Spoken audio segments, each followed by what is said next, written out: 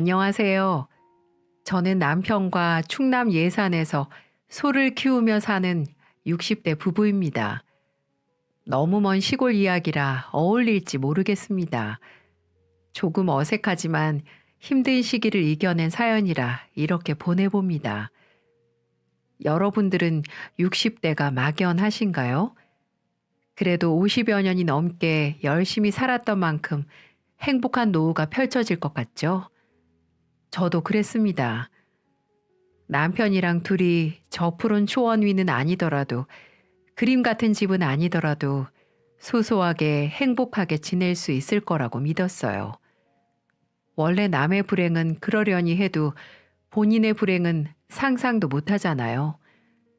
보통 60대 부부라고 하면 자식들 시집장가 다 보내고 손주들 재롱 보면서 재밌게 살겠다며 많이 얘기하더라고요. 저도 제가 60대에 이런 일을 겪게 될 줄은 몰랐습니다. 가지 많은 나무에 바람 잘 날 없다는 게 딱 지금 제 상황이라 이렇게 사연까지 보내게 된 걸 보면 인생 참 알 수 없구나 싶네요. 충남 예산에서 저희 부부는 자식 3명을 낳고 키우면서 열심히 살았습니다.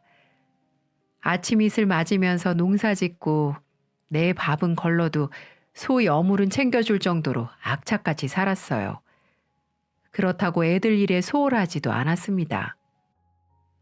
자식 3명 모두 서울로 대학 보내고 이름만 들으면 알만한 회사에 다니고 있습니다. 이 정도면 자식 농사도 남부럽지 않을 만큼 성공했다고 다들 칭찬 일색이었죠.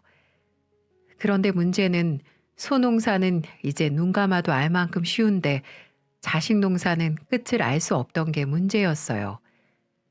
열 길 물속은 알아도 한 길 사람 속은 모른다고 내 자식인데도 그렇게 속을 모르겠더라고요.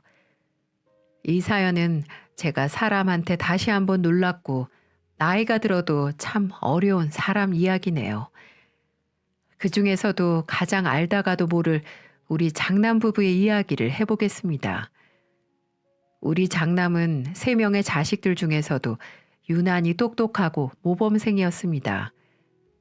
저희 부부도 장남이 하는 일에는 늘 믿음과 신뢰가 있었어요. 어느 날 결혼할 여자라며 며느리를 데려왔을 때도 저희는 그저 반갑더라고요.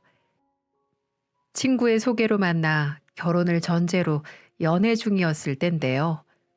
참한 것 같고 새초롬해 보여서 참 야무져 보이는 것 같았죠. 안녕하세요. 처음 뵙겠습니다. 서울에서 여기까지 오느라 고생했지. 밥부터 먹자. 장남이 결혼할 여자를 데려온다길래 한상을 크게 차렸습니다. 우리 아들보다는 2살 정도 어려서 딸 같았어요. 그래서인지 딸처럼 더 잘해주고 싶었죠. 서로 반찬도 당겨주면서 챙겨주는 걸 보니까 다정하니 보기도 좋았어요. 생글생글 잘 웃는 걸 보니 참한 것 같기도 했습니다. 대기업을 다니는 큰아들과는 달리 일반 회사를 다니던 며느리였지만 돈이야 있다가도 없고 없다가도 있는 거 아니겠어요? 둘이 어련히 잘 살겠나 싶어서 부모로서 축복해 줬습니다. 사실 평생 끼고 살 거 아니면 반대해서 뭐 하겠어요? 크게 하자가 있는 것도 아니고 싹싹한 것 같았습니다. 그렇게 혼사를 잘 치렀으니 그대로 계속 잘만 살아주면 좋았을 텐데 자식 농사는 소농사보다 어렵더라고요. 농산일 할 때 이보다 더 힘든 일이 있을까 했는데 제일 잘 살 거라고 생각했던 큰아들이 엄청난 일을 겪었습니다. 큰손자가 7살이 되던 무렵이었죠. 큰아들한테서 전화가 왔는데 무슨 바람이 불었는지 사업을 한다더군요. 갑자기 무슨 바람이 불었나 싶어서 자초지종을 물었죠. 사업이 그렇게 쉬운 게 아닐 텐데 애들도 아직 어린데 회사를 좀 더 다녀보는 건 안 되겠니?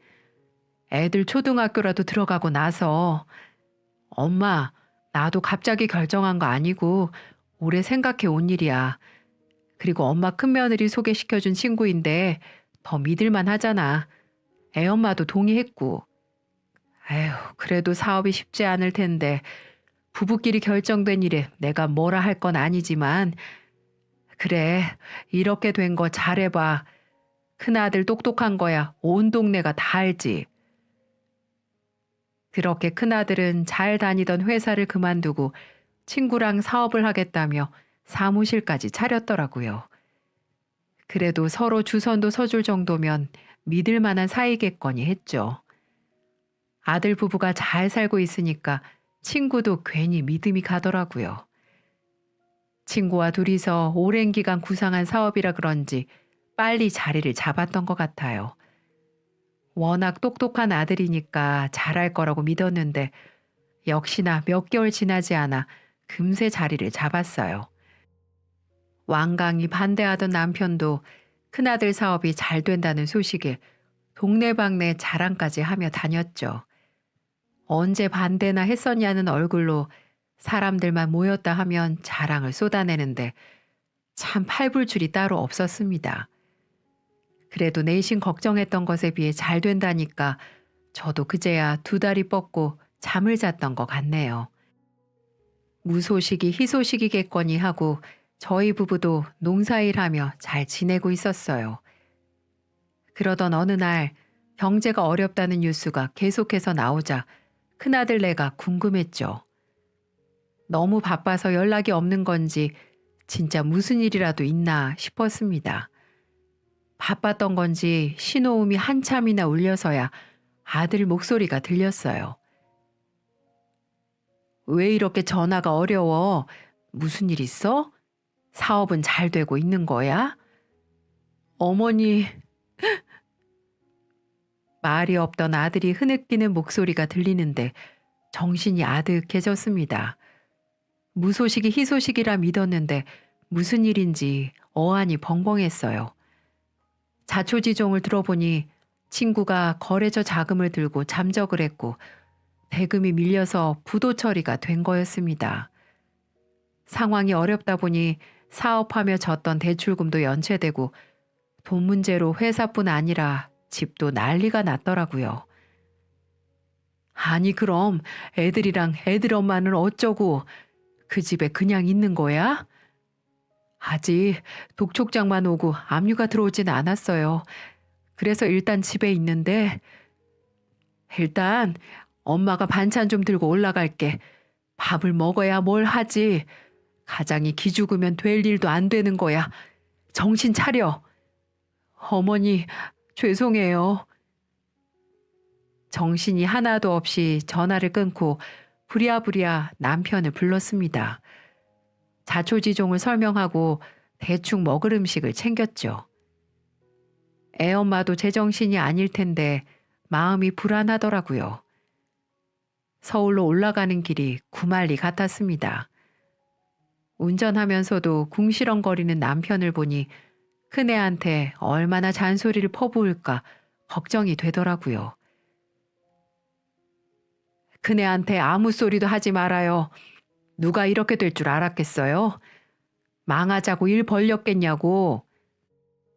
누가 뭐래? 그러니까 왜 잘 다니던 회사를 그냥 뒀냐는 말이야. 회사 생활하는 게 뭐 그렇게 쉬운 줄 알아? 헛똑똑이야 헛똑똑이. 누가 헛똑똑이에요. 당신 아들 헛똑똑이라 아주 좋겠어요. 그런 말 큰애 앞에서 절대 꺼내지 마요.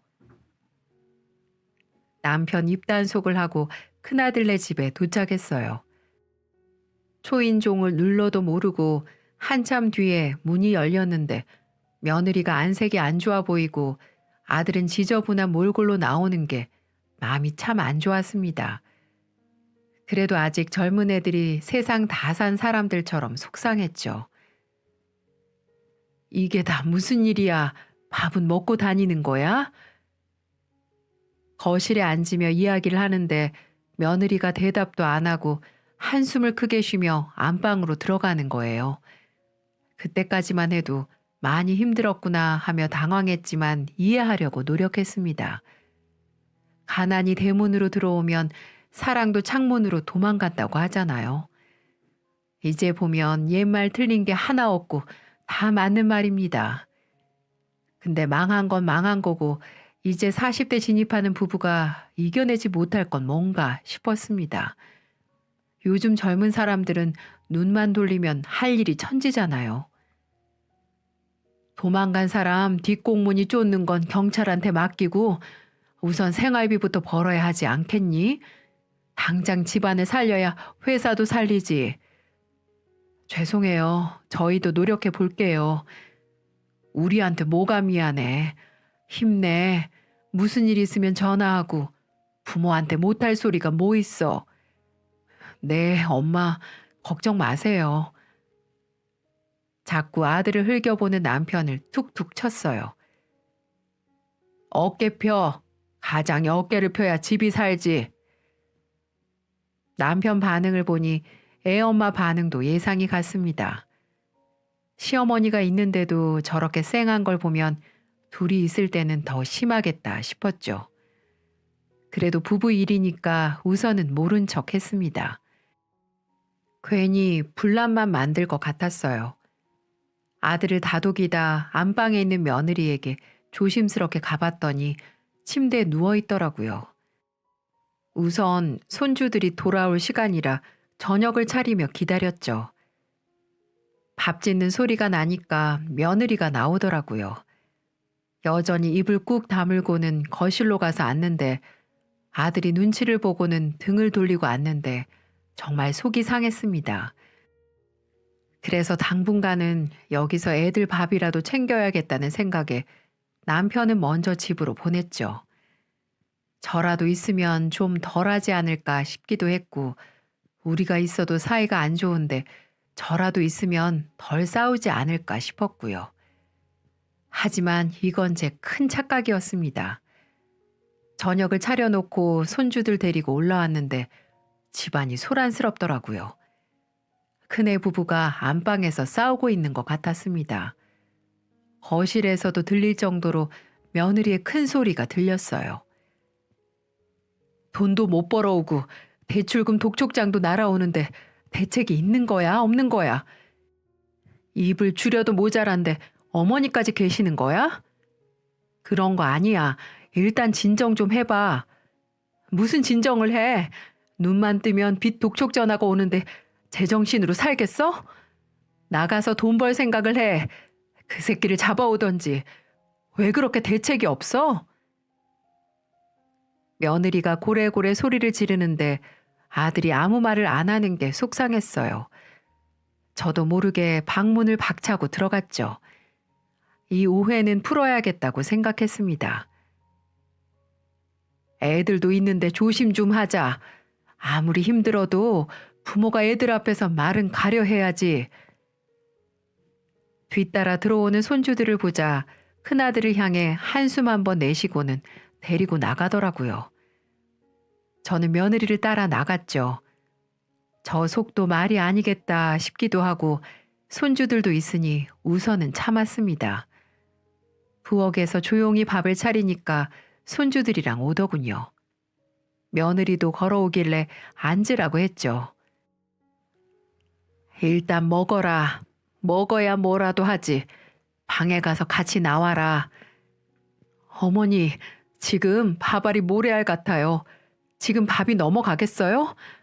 그리고 밥벌이도 못하는데 무슨 밥이에요? 그건 그냥 식충이죠. 며느리 말에 충격을 받았습니다. 가족이라는 게 돈 벌어와야만 가족도 아니고 힘든 일도 이겨내야 가족 아닌가요? 무슨 말을 그렇게 하니? 돈을 벌어와야만 네 남편이고 애 아빠야?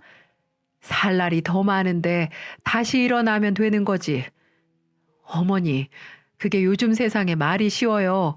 저 나이에 누가 고용을 해줘요? 막말로 힘이 딸려서 막노동이나 하겠냐고요. 너는 그럼 뭐 하는데? 너라도 나가서 돈 벌면 되잖아.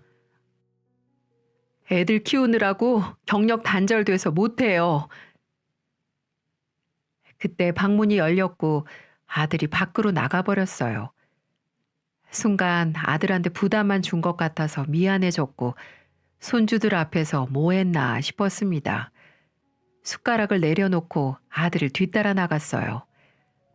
밖으로 나와 보니 아들이 벤치에 앉아 있었습니다. 아들 옆으로 가서 앉았죠.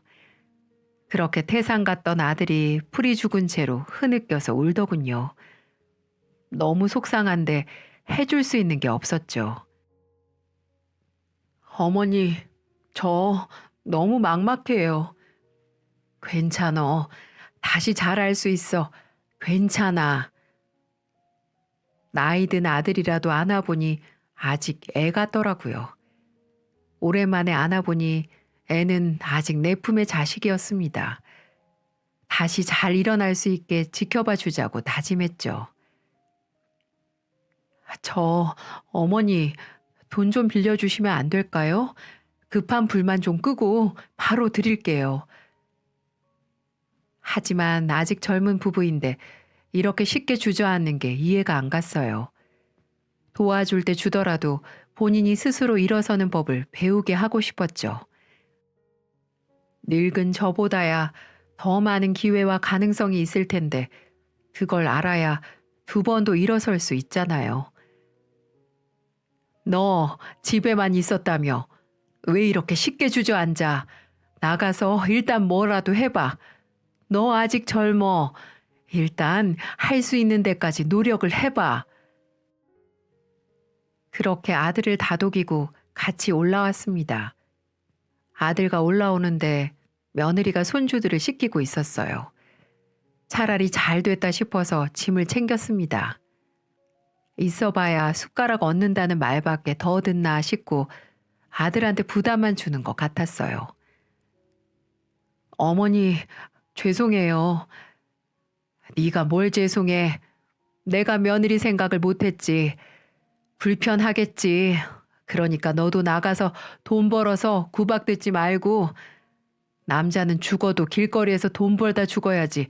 그래야 두 발 뻗고 관에 들어가. 며느리한테 인사도 없이 아들 집을 나왔어요. 저랑 피차 얼굴 보기도 싫을 것 같고 괜히 서로 얼굴 붉힐 것 같았거든요.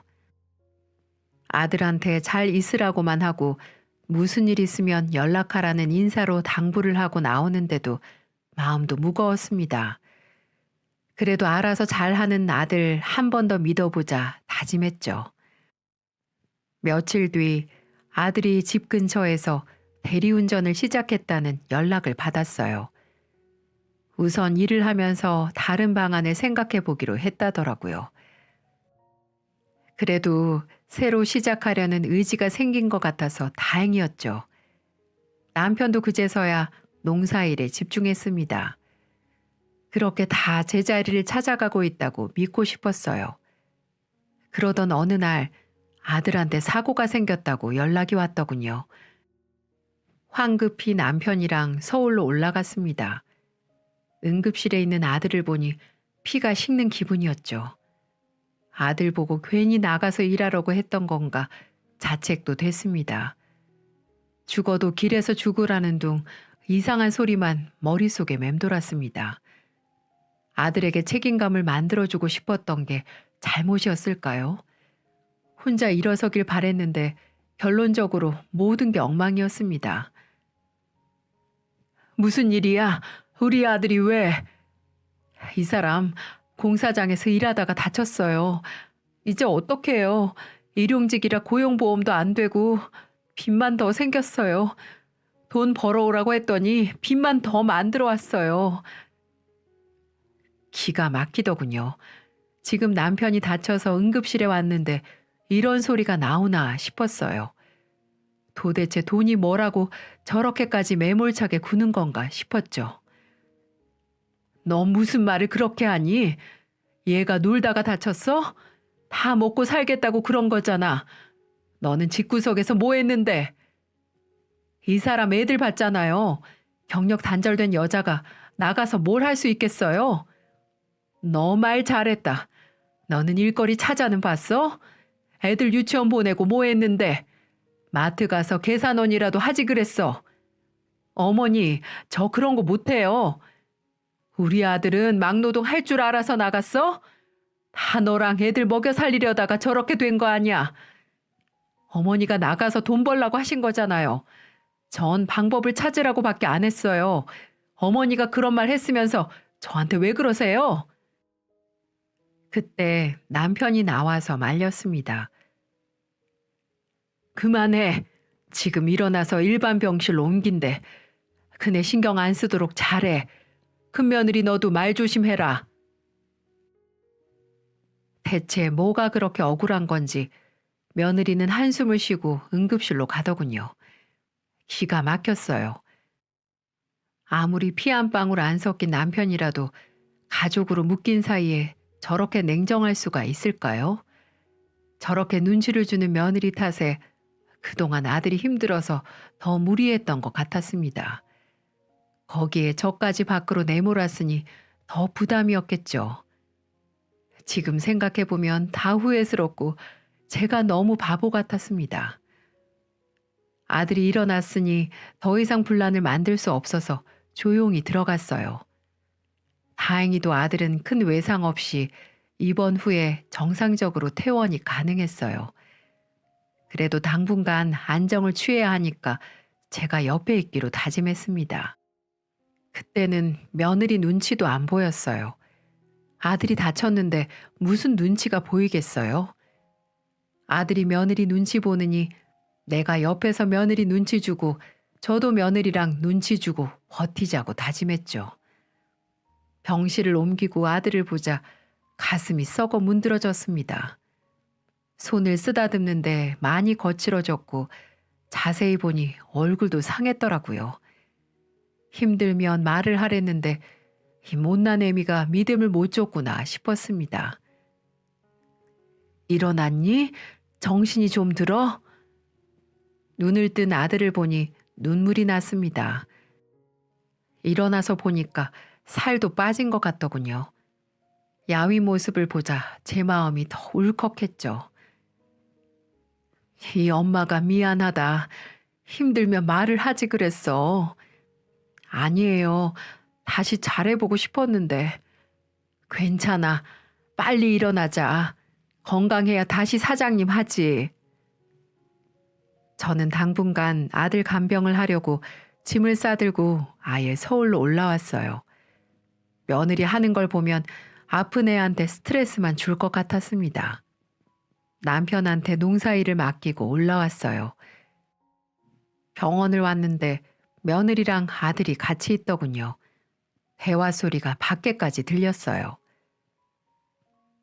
대체 어쩌려고? 숨만 쉬어도 돈이 술술 나가는데 다치기까지 해서 이제 진짜 어쩔 거야? 내가 다치고 싶어서 다쳤어? 그만 좀 해. 손이 부들부들 떨렸지만 아들이 아프니까 심호흡을 하고 들어갔어요. 아들이 퇴원이라도 하면 대책을 세우자 싶었죠. 문을 열고 들어가니까 대화가 멈췄어요. 그래도 눈치는 보구나 싶었습니다. 그래도 인사를 한 번 안 하더라고요. 예, 너는 가서 네 애들 챙겨. 내가 간병할 테니까. 서로 힘이 돼주지는 못할 망정 서로 헐뜯고 있는 게 속상했어요. 며느리가 짐만 챙겨 나가더군요. 아픈 것도 서러운데 대접은 바라지 않아도 환자 대접은 해야 하는 거 아닌가요? 그동안 알고 있던 며느리가 맞나 싶고 믿기지가 않았습니다. 밥은 좀 먹었어? 밥부터 먹자. 생각 없어요. 밥 먹어. 밥은 생각으로 먹는 거 아니야. 한술 떠야 약을 먹지. 다 무슨 소용이에요. 일단 퇴원부터 하자. 건강해야 뭐라도 하지. 겨우 아들 밥을 먹이고 빈 그릇을 들고 나왔는데 미안하고 죄책감이 몰려왔어요. 아들이 이렇게 될 줄 알았으면 보내는 게 아니었는데 싶었습니다. 비빌 언덕 하나 돼주지 못했다는 생각에 주저앉았어요. 기죽은 아들을 보는 것도 속상했고 저도 잘못이 좀 있는 것 같아서 큰아들을 도와주려고 했죠. 더 이상 이대로 두면 손주들도 싸우는 부모를 보며 클 것 같았습니다. 그렇게 아들은 2주 정도 지나 퇴원을 했습니다. 아들 부부와 집을 왔고 짐 정리를 끝낸 후 청소도 잠깐 도와줬어요. 그러자 며느리가 하는 말이 기가 찼습니다. 어머니, 설마 여기 계속 계시려는 거예요? 저희도 먹고 살기 빠듯한데. 너는 어쩜 그렇게 돈돈거리는 거밖에 모르니? 오래 있을 생각도 없고 남편이나 잘 챙겨라. 제가 얼마나 힘들면 그러겠어요. 지금 버는 사람은 없고 쓰는 사람뿐인데 저도 답답해서 그래요. 어머니가 이해 좀 해주실 수 없어요? 정도껏이어야 내가 이해를 하지. 그만 얘기하자. 힘든 일을 겪으면 사람이 보인다는데 이게 본성이었구나 싶었습니다.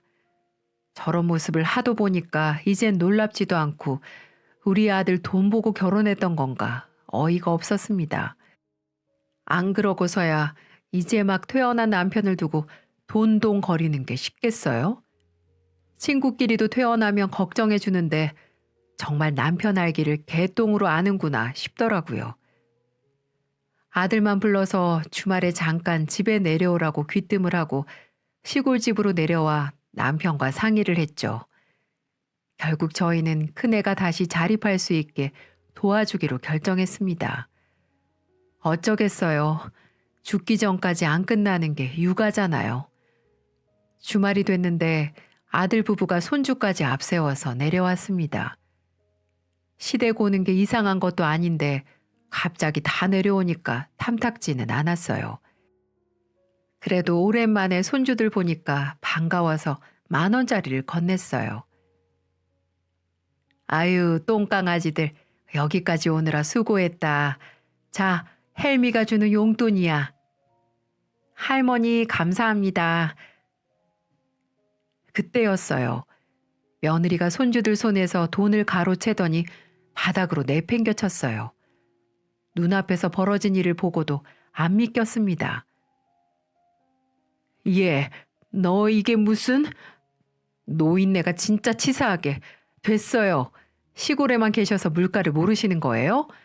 여기까지 온 기름값이 얼만데 나 기가 차서. 당신 진짜? 아들이 달려가서 돈을 줍더라고요. 눈앞에서 벌어진 상황도 어이없었지만 며느리한테 한 방 먹이고 싶더군요.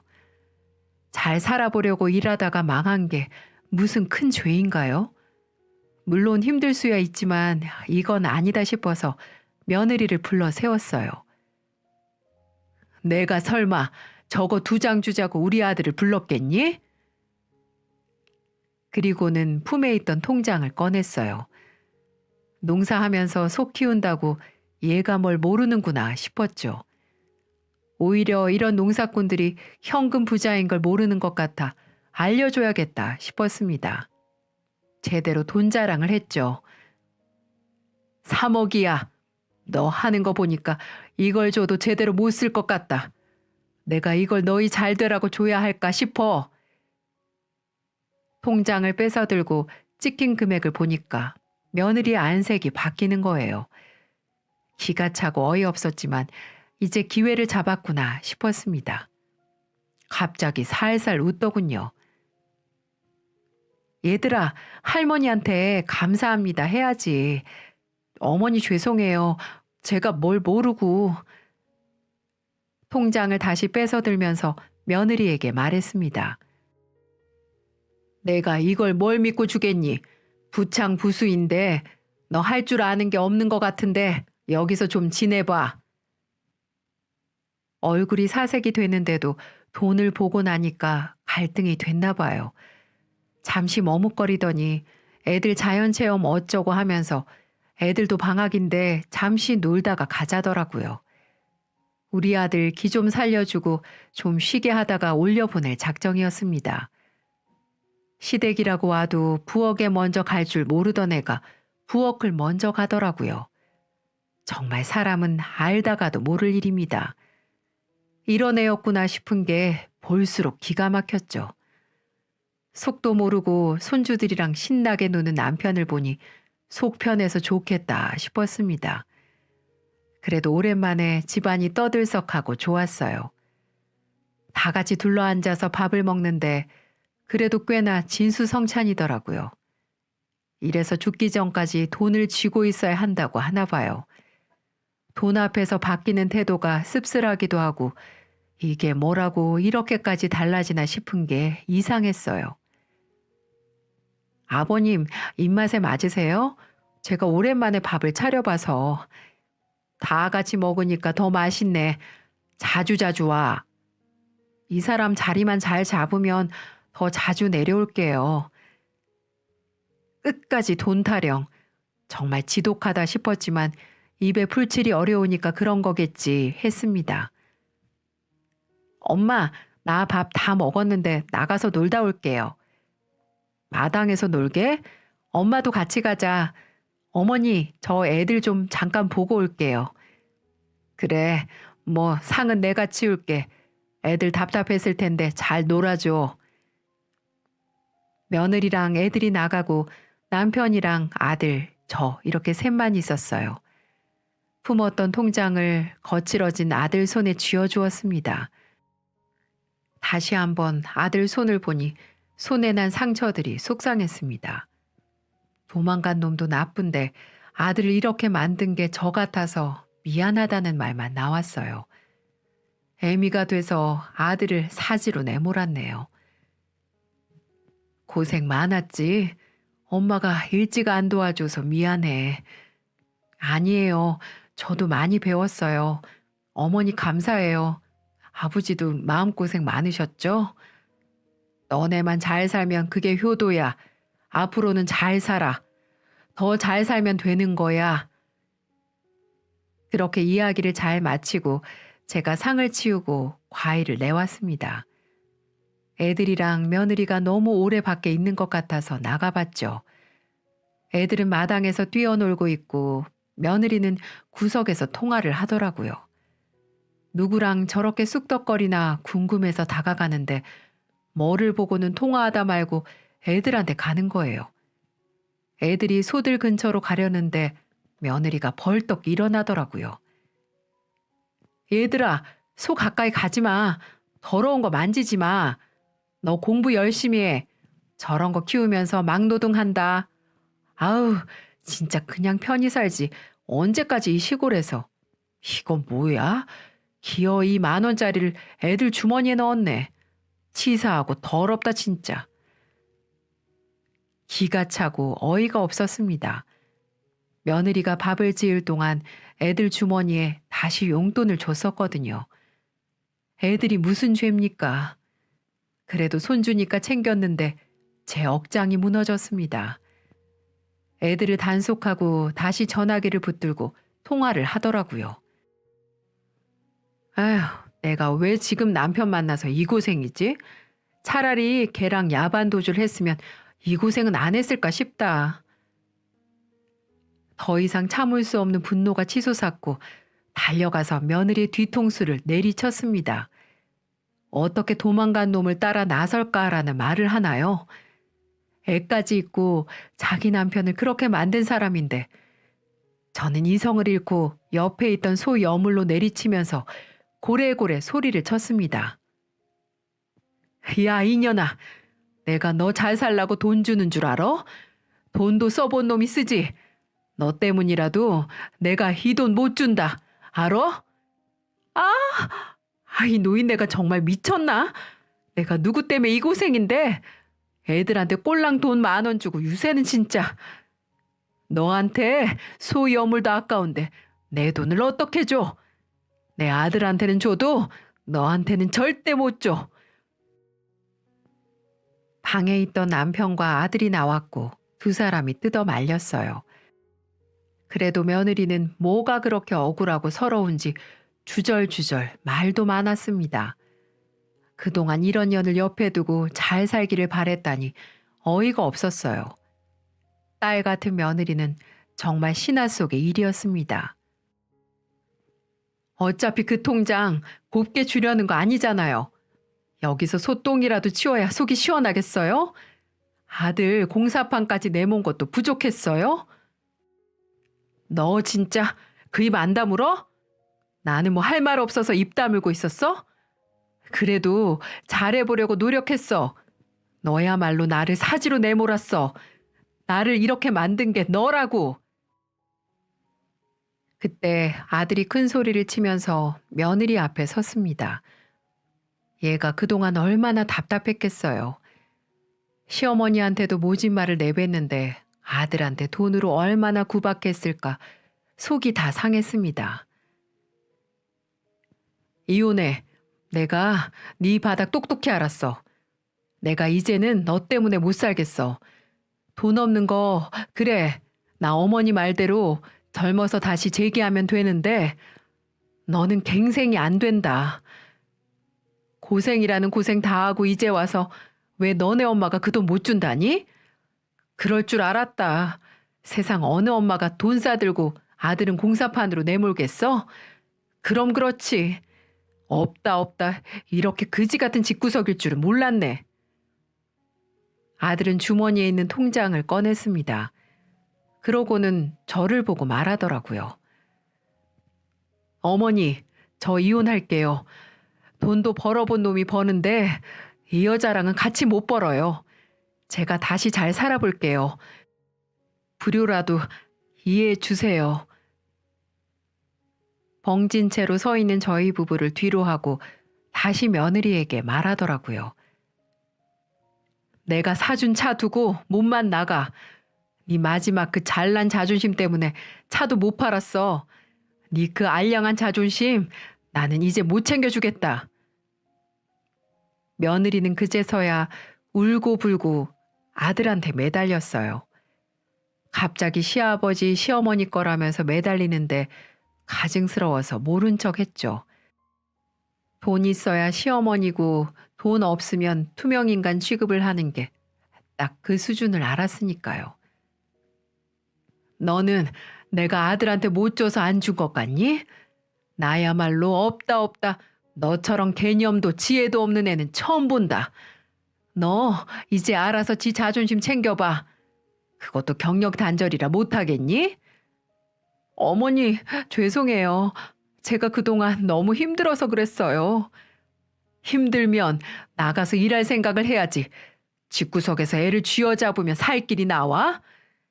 애가 대체 왜 그러니? 매몰차게 말하자 며느리는 시아버지한테 매달리더라고요. 질렸다는 표정으로 고개를 내젓고는 집 안으로 손주들을 데리고 들어갔어요. 그러자 며느리는 첫째 손주를 붙들었습니다. 갑작스러운 상황에 아이들도 눈이 동그래졌죠. 내가 내 새끼들 두고 어떻게 나가요? 준영아, 너 말해봐. 엄마랑 못 살아도 너 진짜 괜찮아? 아빠만 있어도 살 수 있겠어? 나 아빠랑 살 거야. 엄마 맨날 화만 내고 밥도 안 주고 아빠 막 때리고 너무 무서웠어. 큰손주 입에서 나오는 말을 듣고 정말 경악했어요. 정말 덮어놓고 잘 살라고 아무것도 모르면서 아들 보고 노력만 하라고 했던 게 화가 났습니다. 저런 것도 엄마라니 어이가 없더라고요. 너 무슨 말을 하는 거야? 엄마가 언제? 내가 너네 먹이고 입히고 유치원 보내주고 엄마 노릇 못한 건 뭐야?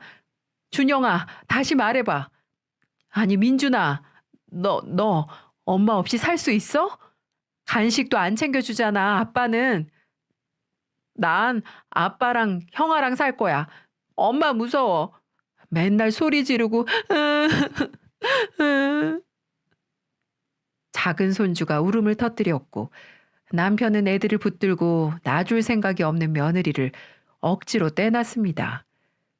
돈 앞에 애들까지 볼모로 잡으려는 것 같아서 그 속이 참 간사했어요. 남편이 우는 애들을 데리고 들어가자 며느리는 마당에 주저앉아서 울부짖더라고요. 당신이 나한테 어떻게 그럴 수가 있어? 내가 얼마나 고생했는데. 네가 무슨 고생을 했는데? 그만하자. 추하다. 서울까지 올라갈 차비는 줄게. 자, 이것도 없잖아 너. 이제 이 한 푼이 아쉬워서 어떻게 살 거니? 애들 볼 거면 경제력부터 갖추고 와. 그리고 안방 가면 화장대 이혼 서류 있어. 오래 생각했던 거야. 잘 생각해봐. 네가 그동안 어떻게 행동했었는지. 아들은 오자마자 며느리가 무시하던 10,000원짜리 2장을 며느리 앞에 던졌습니다. 그제서야 정신을 차린 듯 일어나더군요. 사람이라면 그동안 했던 말과 행동을 잊지는 않았겠죠. 뭐가 그렇게 서럽고 분한 건지 그 돈마저 2주먹으로 꾸깃꾸깃하며 집어들더군요. 그렇게 큰아들은 이혼을 하게 됐어요. 끝까지 이혼 못하겠다며 어거지를 피우는 며느리 덕에 소송까지 이어졌습니다. 그래도 손주들은 아빠와 같이 살겠다고 꾸준히 말했고 양육권은 아들에게 돌아갔어요. 게다가 며느리는 경제권도 없어서 더 이상 양육권으로 뭘 해볼 수도 없었습니다.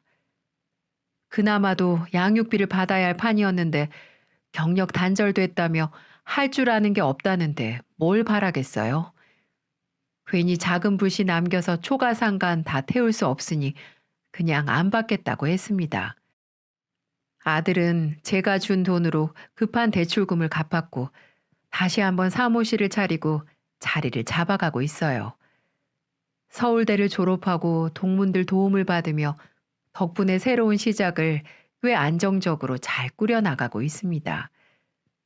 지금은 방을 얻어 2 아들과 셋이 잘 살고 있고요. 아이들도 아빠를 어찌나 잘 따르던지 엄마도 안 찾고 정말 잘 살고 있습니다. 그동안 애들도 며느리 히스테리에 많이 힘들었던 것 같네요.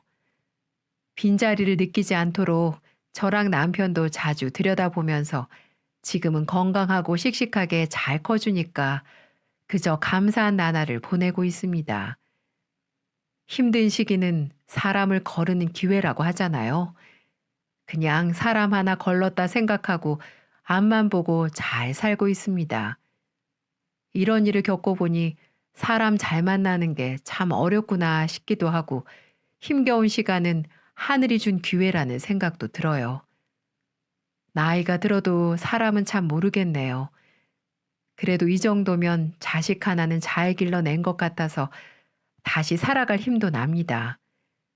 힘든 일이 없으면 좋지만 만약에 힘든 시기에 있는 분들이라면 제 이야기를 듣고 다시 힘내시기를 바랄게요. 하늘이 무너져도 솟아날 구멍이 있습니다. 바닥을 치면 올라갈 일만 남은 거예요. 모두들 힘겨운 시기 잘 이겨내길 바라겠습니다. 행복하세요.